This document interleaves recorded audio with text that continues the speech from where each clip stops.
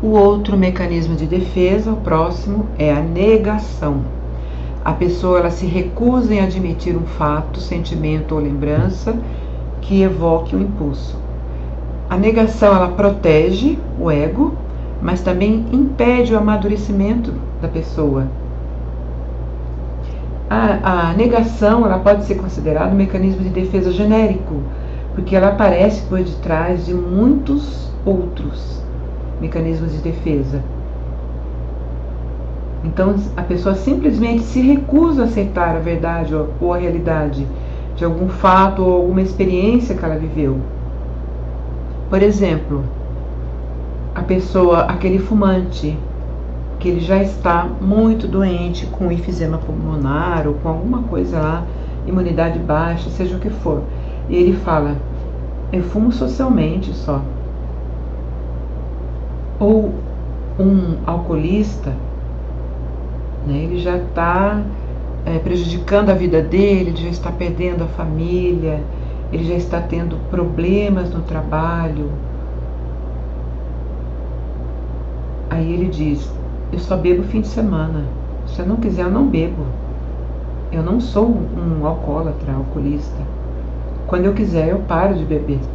Mas isso já faz anos, ele não para.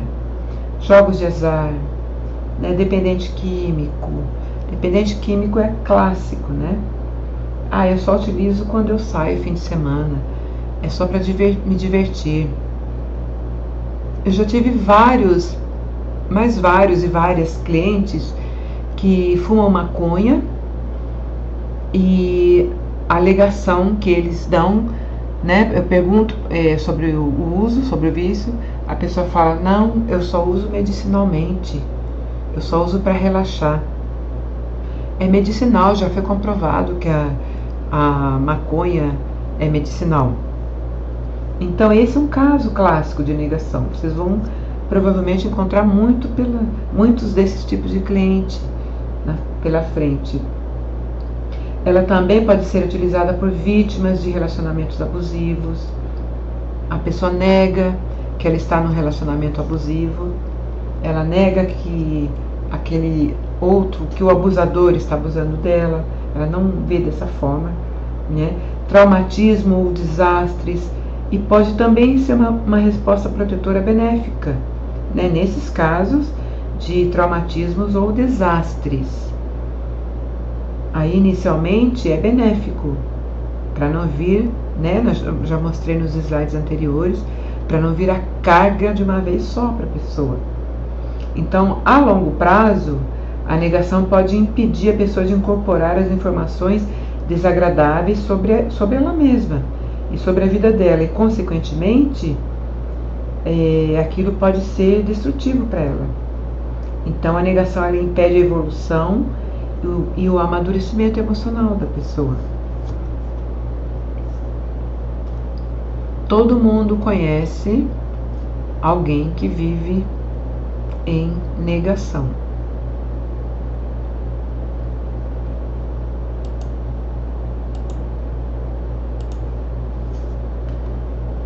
Outro mecanismo de defesa é o deslocamento. Esse aqui é muito comum. Esse é só com terapia mesmo para se conseguir lidar com isso, gerir essa situação. Então, aqui eu coloquei uma figura bem típica do nosso dia a dia, um caso bem típico. Esse chefe aqui, né, ele está gritando e acusando esse funcionário porque o rendimento foi péssimo, a curva está caindo por culpa desse funcionário, a empresa está tendo prejuízo. E o funcionário, né, claro que esse chefe, ele não está, ele está sendo deselegante, ele está sendo agressivo aqui, né, não é dessa forma que se faria esse tipo de comunicação. E esse funcionário, ele não sabe lidar com isso, com essa agressividade do chefe dele. Ele não consegue elaborar isso, ele não dá conta dessa carga, dessa violência que esse chefe, dessa agressividade que esse superior dele está fazendo com ele. O que ele faz? Ele vai para casa e arrebenta com a esposa. Ou ele maltrata essa esposa, ou ele é agressivo verbalmente, ou ele é agressivo fisicamente com essa esposa. Ele joga em cima dela, desconta nela a raiva que ele está, essa carga negativa. Lá com o chefe ele não falou nada, né? Mas ele vai descontar na esposa. A esposa, por sua vez, ela vai descontar no filho. Olha como está se deslocando, né? Começou ali daquele chefe. Ele não soube lidar com aquilo, com a situação. Ele jogou para o subordinado dele, o subordinado jogou para a esposa, que jogou para o filho, que também não sabe lidar com isso, joga para o irmão mais novo, que joga para o coleguinha lá na escola. Então está se deslocando aquele defeito, aquela situação, aquelas emoções, tudo aquilo foi jogado, chegou lá no coleguinha da escola do filho desse funcionário que teve esse problema com o chefe.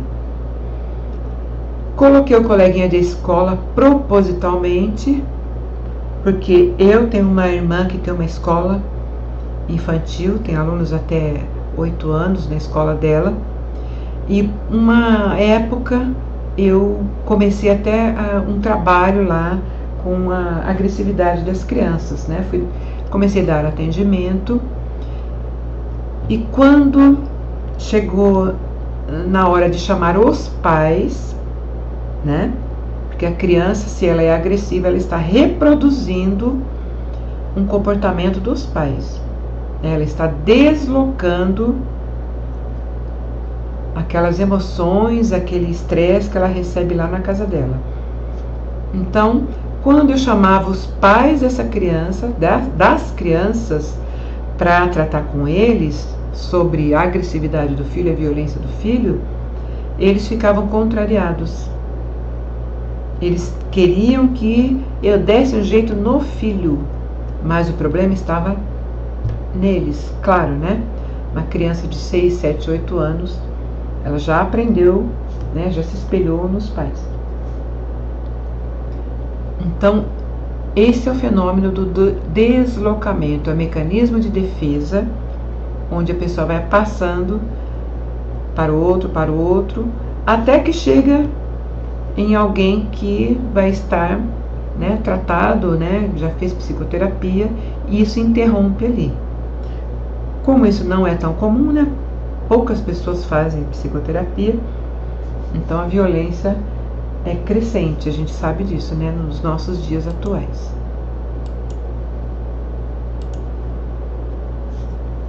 Freud também, ele fez uma divisão dos mecanismos de defesa. Então ele disse que tem defesas que são psicóticas, ou seja, dentro dos mecanismos de defesa, as defesas psicóticas são a negação psicótica e a projeção delirante. Nesses casos aqui, o psicoterapeuta holístico, ele só vai tratar se tiver o psiquiatra acompanhando, e dependendo do caso, né? Porque se ele tiver essa projeção delirante, a gente não consegue tratar, tá? A outra divisão, defesas imaturas, ou seja, fantasias, projeção, né? Projeção é uma imaturidade. Agressão passiva, tá? O que é agressão passiva? São as pessoas que são os masoquistas, agindo para fora, tá? Hipocondria, que mais? Dissociação, bloqueios, essas são imaturas. Então a pessoa não tem maturidade emocional para lidar com isso. Então essa é uma divisão. Outra divisão são defesas neuróticas, que é a maioria de nós, né? Freud diz que todos nós somos neuróticos. Então o nosso espaço está lá lotado de neuróticos, inclusive nós. Defesas neuróticas, ou seja, intelectualização, a formação reativa, dissociação também, deslocamento de repressão, né? A pessoa pega a própria repressão e desloca para o outro, racionalização, histeria, obsessões, fobias. Essas são as defesas, os mecanismos de defesa que nós vamos encontrar muito no nosso dia a dia de trabalho. A outra é defesas maduras, ou seja, o humor, a sublimação, né? Sublimação é uma defesa madura, porque embora a pessoa esteja deslocando aquele sentimento, né? Jogando para uma outra função, ela está sublimando, ela está fazendo alguma coisa boa com aquilo, não está simplesmente só se autodestruindo. A supressão, o altruísmo, né? Aquela pessoa que se preocupa muito com os outros, o contrário do egoísmo. E a antecipação, é a pessoa que pensa, né? Que raciocina, que estuda os fatos, né? Que não age por impulso. Agora fica bastante interessante. Complexo de Édipo. Ele acontece dentro da fase fálica, que nós vamos falar daqui a pouco. Segundo Freud, durante esse período, a criança começa a ter uma espécie de apego sexual em relação ao progenitor do sexo oposto. Ou seja, o menino tem esse apego com a mãe e a menina com o pai, passando a encarar o progenitor do mesmo sexo como rival. Ele vê o progenitor do mesmo sexo como uma figura poderosa e ameaçadora, que possui o poder total, o poder da castração. Freud, ele se baseou, ele utilizou muitos termos da mitologia grega, né? Então, a lenda do Édipo, ele conta que o Édipo ele assassinou o pai dele e se casou com a própria mãe e teve 4 filhos com ela. Porém, eles não sabiam que eram mãe e filho. Então, nessa fase, né, de 3 a 5 anos, acontece esse desejo incestuoso pela mãe, inconsciente, claro, e começa então uma disputa com o pai. Forma-se aí a triangulação, pai, mãe e filho. Depois que a criança percebe que esse pai é muito poderoso e que ele vai impossibilitar aquela obsessão sexual com a mãe dele, a mãe tem que tomar providências para cuidar disso, tá?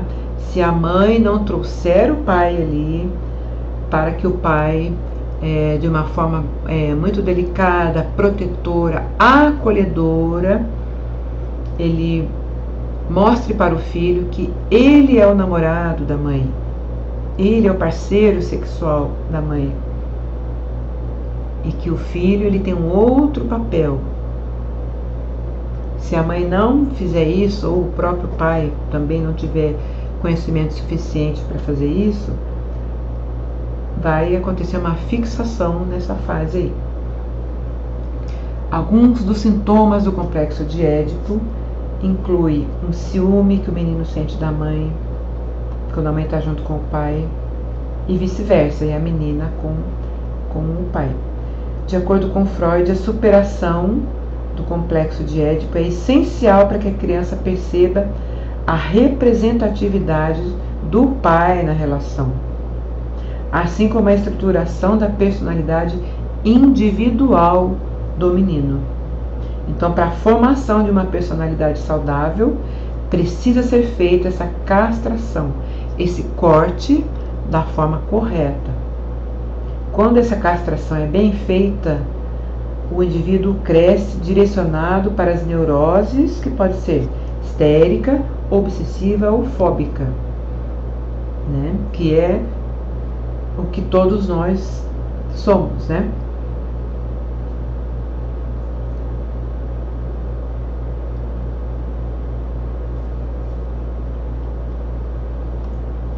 Então, se essa mãe não conseguir fazer esse corte, muitas vezes a própria mãe, ela que alimenta isso no filho. Quando o nenenzinho nasce, a mulher ela se desinteressa, né, pelo marido, ela não está produzindo hormônios sexuais naquele momento, né? Todos os animais são assim. Quando tem um bebê, os animais eles não têm os instintos, a libido sexual. Toda a libido é voltada para o bebê. Então a mãe ela se apega muito com esse bebê e muitas vezes o pai ele acaba não compreendendo isso e ele ou fica na rua ou acaba se arrumando alguma encrenca na rua, né? Ou ele fica com os amigos, ou ele não é um pai presente, ele não é um bom marido, não é um bom pai e tal. O que a mãe faz? O mundo dela se torna aquele bebê, tá? Isso é na fase fálica, tá? De 3 a 5 anos, mais ou menos, de 4 a 5 anos, vai depender aí do desenvolvimento. Então, quando a mãe se apega muito com esse filho, e se ela começar a jogar o pai para fora dessa relação, não valorizando a figura paterna, não dizendo para esse filho que aquele pai ele é importante, fazendo com que o filho não tenha admiração, não tenha apego, não tenha respeito por aquele pai, não reconheça o papel de poder, o papel de importância daquele pai naquela relação, tanto faz aqui se é homem ou é mulher, ou se são 2 homens, se são 2 mulheres, o que importa é que são 2 ali, né? Um geralmente faz um papel, o outro faz outro papel. Então, para essa criança, tem que estar bem claro na mente dele, para um desenvolvimento saudável, que aquele que faz o papel da mãe tem a sua importância e aquele que faz o papel do pai também tem a sua importância. Um filho, ele é filho de 2. Um filho nunca é filho de uma pessoa só. Então a criança ela tem que reconhecer o papel dos 2 naquela relação.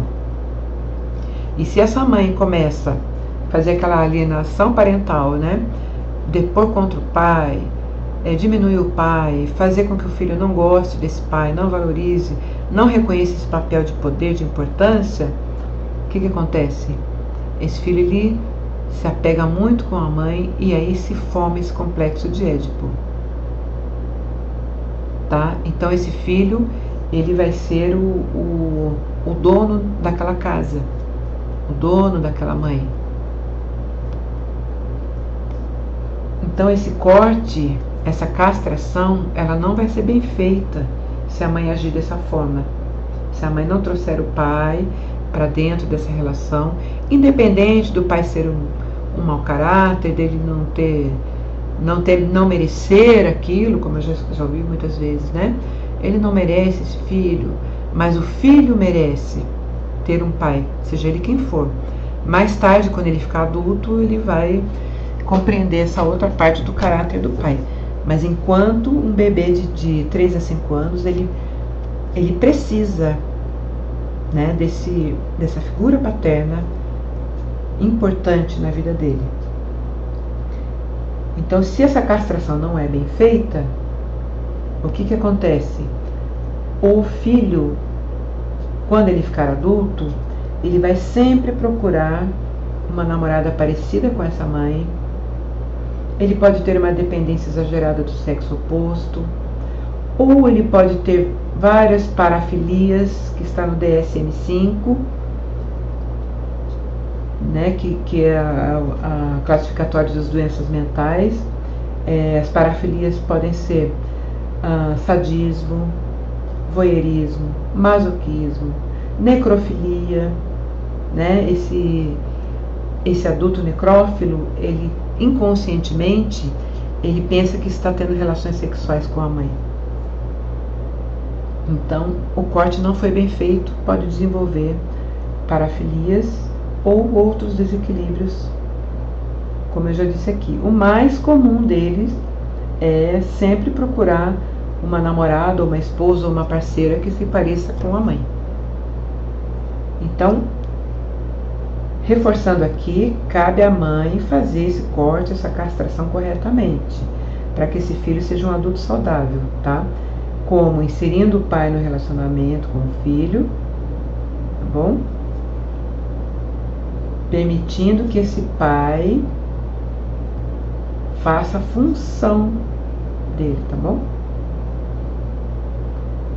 Assim, esse complexo de Édipo é resolvido e esse bebê passa para a próxima fase da forma mais saudável possível. Também tem o complexo de Édipo feminino, tá? Ou complexo de Electra, segundo Jung, né? Jung também se baseou na referência do mito grego de Electra. Ele é muito mais complexo do que o masculino, o complexo de Édipo feminino. Essa menina, ela tem uma relação bissexual com a mãe, segundo Freud. Depois ela vai para o pai, depois ela volta para a mãe novamente, né? Da mesma forma que eu falei aqui. Sempre os papéis têm que estar bem claros na mente dessa criança. Quem é o pai, quem é a mãe e o papel de cada um deles, tá? Então, essa menina, ela vai sentir inicialmente o desejo sexual pela mãe, segundo Freud, depois pelo pai, nessa fase fálica, e depois volta para a mãe novamente. Então, essa situação é bem mais complexa, né? Essa menina, ela fica com ciúmes da mãe, porque ela tem aquela fantasia de que o pai é o namorado dela. E o outro aspecto, quando ela tem irmãos, né? Homens, ou outros meninos, que ela vê os órgãos sexuais, o órgão genital dos meninos, ela tem a impressão de que ela foi castrada. E ela culpa a mãe por isso.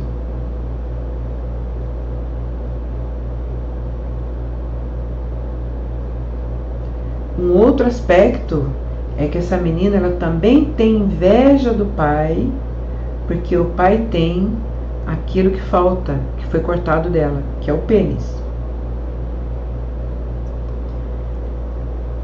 Esse complexo de Electra, ele não é reprimido, mas ele é modificado, né? Conforme ela vai crescendo, ela vai percebendo a realidade, então vai se modificando, ela vai percebendo de forma diferente, vai se enfraquecendo com o tempo. Então, dessa forma, ela continua pela vida se identificando com a mãe, se o corte também for bem feito. Então, deixando os papéis bem claros, isso vai acontecer, esse ciúme, ela querer pegar o lugar da mãe. Tá vendo essa menininha aqui embaixo, que ela está se maquiando como a mãe, ela está usando o sapato da mãe, e ela quer ser a namorada do pai. Então, ela tem inveja da mãe nesse momento aqui. Mas quando o pai, ele deixa bem claro para ela: a sua mãe é a minha namorada, você é minha filha. Quando isso fica bem claro na cabeça dessa menina, ela resolve isso muito bem e posteriormente ela volta para a mãe, acaba a inveja, acaba o ciúme, acaba a raiva, ela deixa de culpar a mãe por ter castrado ela e ela fica um relacionamento saudável e sadio com a mãe.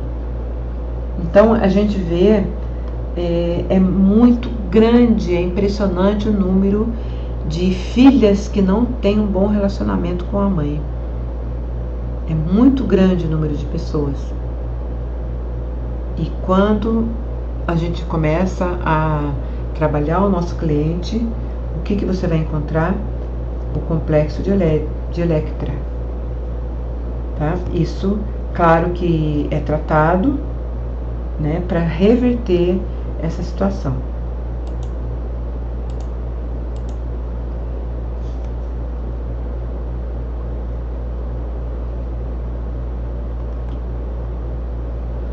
Vamos entrar agora nas fases psicossexuais.